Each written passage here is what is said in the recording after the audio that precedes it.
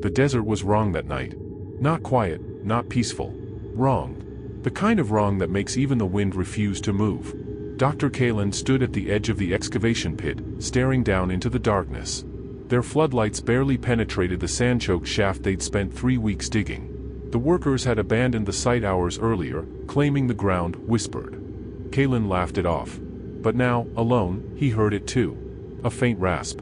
Like breathing. Probably shifting sand, he muttered.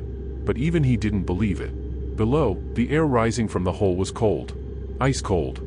In a desert where midnight temperatures stayed above 30 degrees, that was impossible. Still, they had found something. Something ancient. Something untouched. Kalen climbed down the rope ladder, flashlight shaking in his grip. As he reached the bottom, the beam struck a wall, black stone, polished like glass, carved with twisting symbols that looked like they'd been made yesterday. Except for one thing. Everything was covered in a thin layer of gray ash. He crouched. Touched it. Warm. Ash shouldn't be warm. At the center of the wall was a circular seal carved with a crown skull. Around it, in a dead language no human had spoken for thousands of years, was a warning. Disturb not the crown of Vahl'Tor, King of the Dead. Kalen swallowed. The writing wasn't carved. It looked burned into the stone. The ash on the ground shifted, just barely, like something beneath it exhaled. Kalen froze. Then he heard it. A dull, heavy thump from beyond the sealed door. Then another. Slow. Rhythmic. Like footsteps from something enormous, something patient. His breath caught. No wind. No animals. No reason for sound. Yet the thumping grew louder. And the ash on the floor trembled with each impact. He stumbled backward as a crack spread through the seal. A moment later. Boom. The stone shattered outward, throwing him to the ground. Black dust exploded into the chamber, swirling like a living storm. As it settled, Kalen saw it. A room buried in shadow. A throne made of bone and obsidian. And upon it, a crown. Beautiful. Terrible. Still glowing faintly, as if the fire that forged it had never gone out. The Ashen Crown. His flashlight flickered violently. In the beam, the ash on the ground began to move. Not blowing, not drifting. Crawling. Thousands of tiny grains rolling toward him like insects. Kalen scrambled to his feet, but it was too late. The darkness beyond the throne shifted. A shape rising, towering, skeletal yet impossibly alive. A voice scraped out of the shadows, low and ancient. My crown returns to the living. Kalen ran, screaming, the ash chasing behind him like boiling smoke. And behind it, the footsteps. Slow. Heavy. Growing closer. Vahl'Tor had begun to wake. The tunnel walls groaned as Kalen sprinted upward, but the desert swallowed his screams. He burst from the shaft, collapsed into the sand, and lay there trembling. His flashlight was gone. His notes forgotten. All he remembered was the crack of the seal, and the voice that wasn't human. But the real terror came when he looked down at his hands. They were covered in ash. Not dust. Not sand. Ash. Fine, gray, and warm, almost pulsing with heat like a living heartbeat. He scrambled to wipe it off, but it clung to his skin like wet clay. He smelled smoke. Behind him, the shaft was silent. Too silent. No shifting sand. No wind. Just breathing. Slow, steady, echoing from a place that should have been empty. Kalen forced himself to look down into the dark hole. A faint orange glow burned far below. The throne room. Then, movement. A wave of ash surged upward from the depths. Not drifting. Climbing. He stumbled back, nearly tripping over a crate. Help! Somebody, he shouted. But the dig site was empty. Every worker had refused to return after sunset. He was alone. The ash reached the mouth of the shaft and spilled out like a living fog, spreading across the sand in long tendrils. Kalen backed away, mouth dry, heart hammering. When the ash reached the lanterns, they didn't go out. They crumbled. Metal collapsing into gray residue. As if they had aged 1,000 years in seconds. The ash touched a tent. It withered. The fabric shrank, rotted, and fell apart like old leaves. Kalen gagged. Everything the ash touched died. Not burned. Not decayed. Aged into nothing. He stared into the darkness where it was crawling from. And then, a hand appeared. Skeletal. Blackened. Wrapped in moving ash that dripped upward instead of down. It gripped the edge of the shaft like it remembered how to climb out, after centuries of waiting. Then another hand. Then the outline of a face. A skull wearing drifting veils of dust that shifted like smoke. Kalen froze, unable to breathe. The ash around him lifted slowly, drawn toward the figure. It whispered. Thousands of tiny sounds blending into a single rasping hymn. Vahl'Tor? Vahl'Tor? Vahl'Tor? Kalen stumbled backward, shaking his head violently. No, no, this isn't real, this isn't real. The skeletal figure paused halfway out of the pit. Its head turned toward him with a slow, grinding crack. Two empty sockets stared at him. And something deep inside those hollow pits moved. Not eyes. Not light. Something older. A voice like shifting tombstones rose from the pit. Return the crown. Kalen's blood turned to ice. He hadn't taken the crown. He hadn't touched it. But the ash. The ash was crawling up his arms. He looked down. It wasn't just clinging to him. It was entering his skin. He screamed as the gray tendrils burrowed beneath his flesh, his veins darkening like spreading ink. Behind him, the desert wind rose for the first time that night, not blowing from the sky, but from the shaft, as if something enormous drew breath. The skeletal figure climbed free of the pit, every step leaving behind footprints of ash that hissed like burning paper. Kalen dropped to his knees, choking as the ash filled his lungs. And then, the voice came again. Lower. Closer. Inside his skull. The air is chosen. Kalen's vision flickered. The world dimmed. His scream faded into a hoarse whisper. In the darkness behind him, more shapes rose from the shaft. Dozens. Hundreds. An army of the dead, kneeling before him. I didn't realize at first that the chamber itself was listening. When I stepped through the cracked stone archway, every torch along the tunnel fizzled out at once, as if something had been patiently waiting for me to cross that threshold. Darkness swallowed everything behind me, sealing off the way back. The air turned cold, too cold for a place buried so deep beneath the sand. My flashlight flickered, whining softly. Then it died. For a moment, there was only the slow, rhythmic drip of water in the distance, echoing far beyond where the tunnel should have ended. A drip that did not sound like water at all, more like breath. I forced myself deeper, one trembling step at a time, until a faint scarlet glow rose from the floor like embers beneath a dying fire. At the center of that glow lay something massive, wrapped in petrified roots, half buried in centuries of dust. A colossal stone effigy, carved in the shape of a humanoid figure with too many joints, too many limbs, and a face both eroded and yet unmistakably watching me. But it wasn't the statue that froze me. It was the heartbeat. Slow, heavy, ancient. It was coming from the statue itself. The floor trembled. Dust spiraled upward in thin, skeletal threads. A low groan, long, hollow, and rising from deep beneath the earth, crawled through the chamber like a living presence. Then the roots began to split. Long cracks spread across the effigy's chest, glowing brighter and brighter until they resembled molten veins.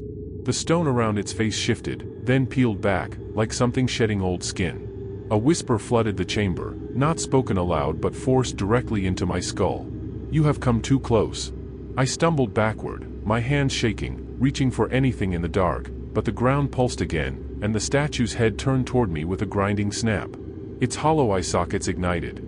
Two burning symbols blazed inside them, ancient runes that matched the markings from the map I had followed. The map that had been calling me, luring me. And now I understood why. It wasn't guiding me to treasure. It wasn't guiding me to a forgotten ruin. It was guiding me to wake something up. The chamber roared as those massive stone fingers twitched, first barely, then violently, crushing roots into powder. The air tightened, pressing my ribs inward. Every instinct screamed at me to run, but the ground itself began to tilt as the thing inside the effigy pushed. A second whisper struck me like ice down my spine. The first awakening has begun. Then its hand tore free. A wall of dust blasted through the chamber as the statue, no, the prison, cracked apart from within. The sound wasn't like stone breaking. It was like bones. Old bones. Bones that had waited centuries to move again. I turned and sprinted, choking on dust, blindly feeling my way back toward the darkness of the corridor. Behind me, something impossibly large took its first breath in thousands of years, a breath so deep the chamber inhaled with it. And then it stepped forward. The ground shook. Pebbles danced. A shriek, metallic and ancient, ripped through the collapsing chamber. I didn't look back. I couldn't. All I knew was this. The awakening wasn't complete. It had only begun. And whatever had just opened its eyes in that chamber was now coming for me. I should have kept running. After the first awakening, I sprinted through the collapsing passageways, lungs burning, vision blurred by dust. Every few seconds, the earth shuddered behind me, proof that the thing I had woken was now fully alive. But when I reached the upper chamber, the place where the ancient murals lined the walls, I froze. Because I wasn't alone anymore. The temperature dropped so fast my breath turned to white mist. The silence tightened around my ears, pressing in like I had stepped underwater. Every torch I had lit upon entering the ruins was now extinguished, yet the room glowed with a pale, sickly blue light. At first I thought the murals themselves were glowing. Then they stepped out of the walls. Figures, tall, draped in sand-eaten robes, their skeletal faces bowed under rusted crowns, pulled themselves free from the stone as if the drawings had been waiting for centuries for permission to move. They weren't alive. But they weren't dead either. Their hollow eye sockets swirled with the same light that had ignited inside the hollow god. And when they turned their faces toward me, the air moved in a strange, synchronized inhale, as if dozens of corpses were breathing the same breath. The leader stepped forward, its crown cracked, its jawbone missing half its teeth. In its bony hands it held an ancient scepter wrapped in strips of rotted cloth. The cloth shifted. Something inside it was still moving. Before I could step back, a dry whisper filled the chamber, spoken by no mouth, echoing from everywhere at once. The king rises. We rise with him. My heart hammered. I knew the old legends. The dead king was said to have ruled over a civilization swallowed by the hollow god. When he died, his followers buried themselves alive to await their master's return. I had never believed the stories. Until now. The skeletal followers moved in a slow circle around me, their feet silent on the stone floor. Their robes dragged behind them like wet cloth. Several lifted long ceremonial blades, blackened with age, etched with runes that pulsed like faint heartbeats. They weren't here to kill me. They were here to claim me. Two stepped forward, their bony hands stretching toward my face. Cold air poured from their palms, so cold it burned. A whisper slid through my skull. The herald of awakening must kneel. I'm not your herald, I muttered, stepping back, and feeling the ground tremble again from the thing below, the god I had accidentally freed inching closer. The leader tilted its head. Then the scepter it held unwrapped itself. A long, shriveled hand, still connected to something deeper inside the cloth, gripped the staff from within, twitching like a puppet limb. A second voice, raspier, older, dragged across the air. You have woken our master. You belong to him. The circle tightened. Their skeletal faces leaned closer, empty sockets staring into me as if they could smell my thoughts. Their robes fluttered though no wind blew. One raised a blade and traced it lightly across my cheek, not cutting, but marking me with a cold line of ash. A brand. A claim. Then the chamber vibrated violently. Stones rained from above. A roar, long, furious, and inhuman, echoed up the tunnel behind me. The hollow god was arriving. The dead king's followers turned toward the sound in unison, as though responding to a command only they could hear. Slowly, ritualistically, they lowered their heads and spread their arms. They were welcoming him. I realized then. These weren't guardians. They weren't soldiers. They were the procession, the ancient welcoming choir for a god that had slept too long. And I, standing at the center of them, was being offered up as tribute. I didn't wait for the next chant. I broke through the line of skeletal worshippers, the cold of their robes brushing my skin like wet leaves, and sprinted toward the opposite exit, just as a deafening roar ripped through the chamber. Behind me, the dead king's followers spoke in one united, whispering voice. The return has begun. And then they chased me. I didn't stop running until the screams behind me faded into a distant, echoing hiss. My legs trembled. My throat burned. My mind kept replaying the hollow, glowing eyes of the dead king's followers. But the worst was still ahead. The tunnel I stumbled into was narrow, carved with crude markings, claw marks, not tools. The air smelled stale, like dust mixed with old skin. I raised my flashlight, but the beam flickered as if something was draining the battery. No, not something. Someplace. Because as soon as I stepped deeper, I felt it. A pull. A hunger. Like the air itself wanted something from me. At the end of the tunnel, the passage widened into a circular chamber. My breath caught in my throat. There, sitting on a cracked stone pedestal, was the artifact I had seen depicted on the mural, the one the dead king wore when he unified the ancient tribes. The Ashen Crown. It hovered just a few centimeters above the pedestal, spinning slowly, its jagged metallic points glowing faintly with red embers. Ash drifted from its edges like snow falling in reverse. The crown was breathing. Every inhale pulled the dust toward it. Every exhale released a low, hungry groan. I took a step closer. Terrible mistake. The moment my foot touched the chamber floor, the crown snapped its rotation to a halt, like an animal sensing movement. The glowing embers inside it flared, and the ash drifting around it suddenly spiraled upward, forming a ghostly vortex. I froze. Then something spoke behind my ears, not in words, but in a raw, primal craving. Where me? I stumbled backward. No, no way. The crown twitched. I don't know how an object can lean toward a person, but this one did. It tilted in the air as though sniffing me out. Where me? Its voice slithered through my mind, quieter now, more seductive, like a whisper inside my skull. I waited for him. But he is dust. You woke his god. You will do. My flashlight flickered again. Something moved in the chamber walls, shadows writhing like hands reaching from behind thin stone. The temperature plummeted, and ash began settling on my arms and face. Then the crown floated toward me. Slow. Hungry. I told myself to run, but my body wouldn't move. My limbs felt heavy, numb, like the air around me had thickened, trapping me in invisible tar. The crown hovered inches from my forehead. I could feel its heat now. No, its need. It wanted a mind to fill, a body to drive, a soul to devour. Its emberlit point spread like a metal flower opening, ready to clamp down on my skull. My vision blurred. I could hear whispers, hundreds, maybe thousands, chanting from inside the crown, chanting from the dust under my feet. Voices of old kings. Old priests. Old victims. All consumed. Where me? The crown lunged. In that split second, instinct took over. I ducked, and the crown smashed into the wall behind me with a metallic shriek. Stone cracked. Dust exploded into the air. The chamber shook, angry. The crown screeched, a sound like metal grinding bone, and whirled in the air to face me again. This time, it didn't float. It charged. I sprinted, diving into the tunnel as the crown slammed into the stone where my head had been, sending rocks flying. Its ember-red glow flooded the corridor as it scraped along the walls, pursuing me like a hunting animal. Every few seconds, it whispered in my mind. You are chosen. You awoke the god. You fuel the crown. I didn't look back. I didn't breathe. I didn't think. I just ran. And as I fled, I realized something horrifying. The crown wasn't just hungry. It wasn't looking for a wearer. It was looking for a host. And it had chosen me. I didn't know how long I ran. Minutes, hours, maybe longer. The crown's whispers finally faded behind me, swallowed by the maze of tunnels. My lungs screamed for air, but I dared not stop until the corridor opened into something far larger, an ancient cavern illuminated by its own sickly, dull red glow. I staggered to a halt. And there it was. The last fortress of Vahl'Tor. A colossal, half-buried citadel carved into the stone abyss, its walls blackened by ancient fires. Broken towers jutted from the ground like ribs of a giant corpse. A massive gate, cracked but still standing, stared down at me with carved faces, hundreds of them, frozen in expressions of terror.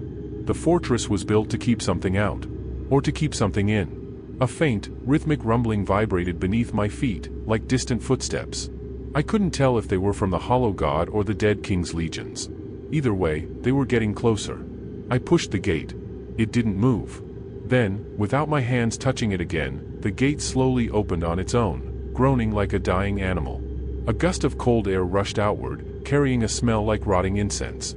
And something else. Whispers. Deep, layered, ancient. The fortress was speaking. I had no choice but to step inside. The Hall of Rotten Kings. Inside, torchlight flickered to life, fire igniting from braziers untouched for millennia. The hall stretched into darkness, lined with enormous statues of crowned figures sitting on stone thrones. Every statue was cracked. Every face was melted. Every crown hung loosely, as if their heads had once burned from the inside. The further I walked, the more I realized. These were not statues. They were bodies. The dead king's closest generals. Conquerors who once ruled the desert with iron and blood. Their corpses preserved by a ritual that held them upright for eternity. My breath caught when one of the heads turned slightly toward me. Just a twitch. But not stone. A corpse. Still trying to look at me. I kept my eyes forward. The heart of the fortress. At the end of the hall stood a massive circular room. Chains thicker than tree trunks were bolted to the walls, pulled taut to a central altar. And on that altar lay? A skeleton. Huge. Twisted. Laced with metallic veins that pulsed faintly with red light. This wasn't human. And it wasn't dead. As I approached, the eyes in the skull flickered open, burning like coals buried in ash. A deep rumble vibrated through the fortress. The skeleton spoke without moving its jaw. "You carry his mark." My pulse stopped. Whose? I whispered. The eye flames narrowed. The crown. The hunger. The king who betrayed the god. Vahl'Tor wasn't just a king. He was the traitor king, the last ruler to rebel against the ancient deity I had awakened. I tried to step back, but the chains rattled violently, pulling tight, as if the skeleton was stretching unseen limbs. "You woke the god of Ash. You freed the Hollow One. And now the dead come to claim what is theirs." A sudden, thunderous crash echoed from the tunnel behind me, the sound of something metallic slamming into stone. The crown. It had found the fortress. Vahl'Tor's burning eyes locked onto mine. "The crown seeks a host. It will wear you as skin." The fortress trembled as screeching metal tore through the halls. I backed away from the altar, shaking. "What do I do?" I whispered. For a moment, the flames inside Vahl'Tor's skull dimmed. Then, "Run." The chains exploded outward. The entire skeleton lurched upward, towering over me in a blast of dust and ancient fire. Behind me, the crown shrieked like a demon unleashed, its ember blades scraping closer. I sprinted toward a side passage as the fortress erupted into chaos, stones cracking, statues collapsing, ancient kings groaning awake from their endless death. And over the roar of destruction, I heard Vahl'Tor bellow one final warning. "The crown hungers. And it will not stop until you are its king." The fortress shook so violently I thought the entire underworld was collapsing. Dust rained from the ceiling in thick, choking clouds. Statues of dead kings shattered as centuries of silence finally cracked open. And somewhere in that chaos, the crown was hunting me. I ran blindly down the narrow passage Vahl'Tor had revealed, the air vibrating with a deep, monstrous pulse, like a heartbeat the size of a mountain. Each beat shook the walls. Each beat grew closer. Each beat whispered one terrible truth. The king was rising. I stumbled into a chamber lit by a red glow, and for a moment, I couldn't breathe. This was no ordinary room. This was a throne room, the original throne room of Ashara's empire, preserved beneath the earth. Black pillars wrapped in runes spiraled upward into darkness. The floor was painted with a massive symbol I recognized from the murals, a sun made of bone, surrounded by flames shaped like screaming faces. And at the center of it all, an empty throne, carved from obsidian. Taller than a house. Its back crowned with spikes that curved like horns. The throne of the dead king. As I stared, a horrible realization washed over me. The throne wasn't empty. A shape sat slumped against it, human in form, but wrong. The body was wrapped in burial cloths hardened by centuries of dust. The skull beneath the wrappings glowed faintly with red light. Its fingers were long, brittle, and fused to the stone armrests as if melted there. This was him. The dead king himself. The one the followers worshipped. The one the hollow god had once crowned. I took a slow step back. The body trembled. Then it inhaled. A long, rattling breath dragged through lungs that had no right to exist. Ash poured from between the burial wrappings like smoke from a furnace. And a single whisper, dry as sand scraping stone, slid through the air. "You returned." My bones froze. The dead king lifted his head, slowly, painfully, and I saw the red glow inside the skull ignite brighter, hotter. He was waking. Because the crown was near. Because the hollow god had risen. Because I had started all of this. The ground split open behind me with a metallic scream. I spun just in time to see the crown streak into the throne room like a living weapon, its emberlit prongs spinning in a violent halo. It circled me once, twice, then turned its burning points toward the throne. The dead king lifted his hand. The crown shrieked like a blade on bone and hurled itself toward him. For a second, I thought it would reunite with its master. But then, at the last possible moment, it veered toward me. It didn't want him back. It wanted something new. I dove aside as the crown slammed into the symbol on the floor, embedding itself into the stone. Red cracks spread outward like lightning. The dead king rose from the throne. Not stood. Rose. Lifted by an invisible force, floating inches above the stone, his limbs dangling like a marionette. Energy crackled through the room, raw power that shook the walls. His voice filled the chamber, doubled, layered with something older than language. "The god has awakened. The crown hunts its next king. And I rise again." Burial cloths ripped from his body in strips. Bones snapped into new shapes. Fire surged beneath his ribcage, filling him with crimson light. The dead king's followers poured into the chamber like a tide of shadows, bowing and chanting in a dead language, their skeletal arms raised in reverence. The crown wrenched itself free from the ground and shot toward me again, faster, more desperate. A bellow tore from the dead king's throat. He raised his hand, and the whole room bent toward him, gravity shifting like the air was being sucked into his body. The crown froze midair, then began drifting toward him. But the king's eyes, twin flames, looked directly at me. "The crown chose you." The words echoed through my skull, cold and final. "Your blood. Your mind. Your body." He lifted both arms. And the fortress began collapsing inward, like the walls themselves were kneeling. The crown spun violently, caught between us, pulled by two wills. His. And mine. The dead king's jaw cracked open wider, fire pouring out in a blinding roar. "Kneel." The force hit me like a storm. My legs buckled. My vision whited out. And as I fell, the crown, to my horror, stopped resisting the pull, and chose. It didn't choose him. It chose me. With a scream of metal and ash, it streaked toward my forehead. And as everything went black, I heard one final whisper. "The king rises." The desert had never been quiet, but that night, it roared. The wind didn't move the sand, it was the sand. Thick, gray, churning like a living ocean. Every grain carried whispers, screams, and the faint echoes of bones grinding together. I stumbled forward, coughing, my eyes streaming. The crown's ember light glowed faintly through the ash, casting grotesque shadows that stretched and twisted across the dunes. The dead king's voice boomed in my mind. "The crown hungries. And the ash will claim all." I tried to run. But the sand, no, the ash, was moving faster than I could. It wrapped around my legs, thick and sticky, pulling me down. Every step I took was a battle. Every breath drew the taste of centuries of decay deep into my lungs. And then I saw them. Shadows emerging from the storm. Hundreds. Thousands. Skeletons and warriors wrapped in tattered robes, faces hidden under broken crowns. They moved as one, synchronized with the gusts of the storm, flowing over the dunes like a tidal wave of death. The crown hovered above me, spinning like a cyclone, its ember prongs flaring brighter with each heartbeat of the storm.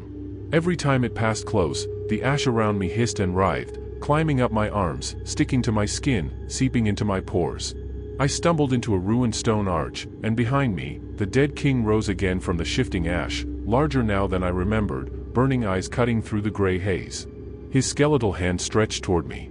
"You have awakened me. Now you will feed the hunger." Lightning crackled in the storm, not natural, but jagged veins of red energy slicing through the ash.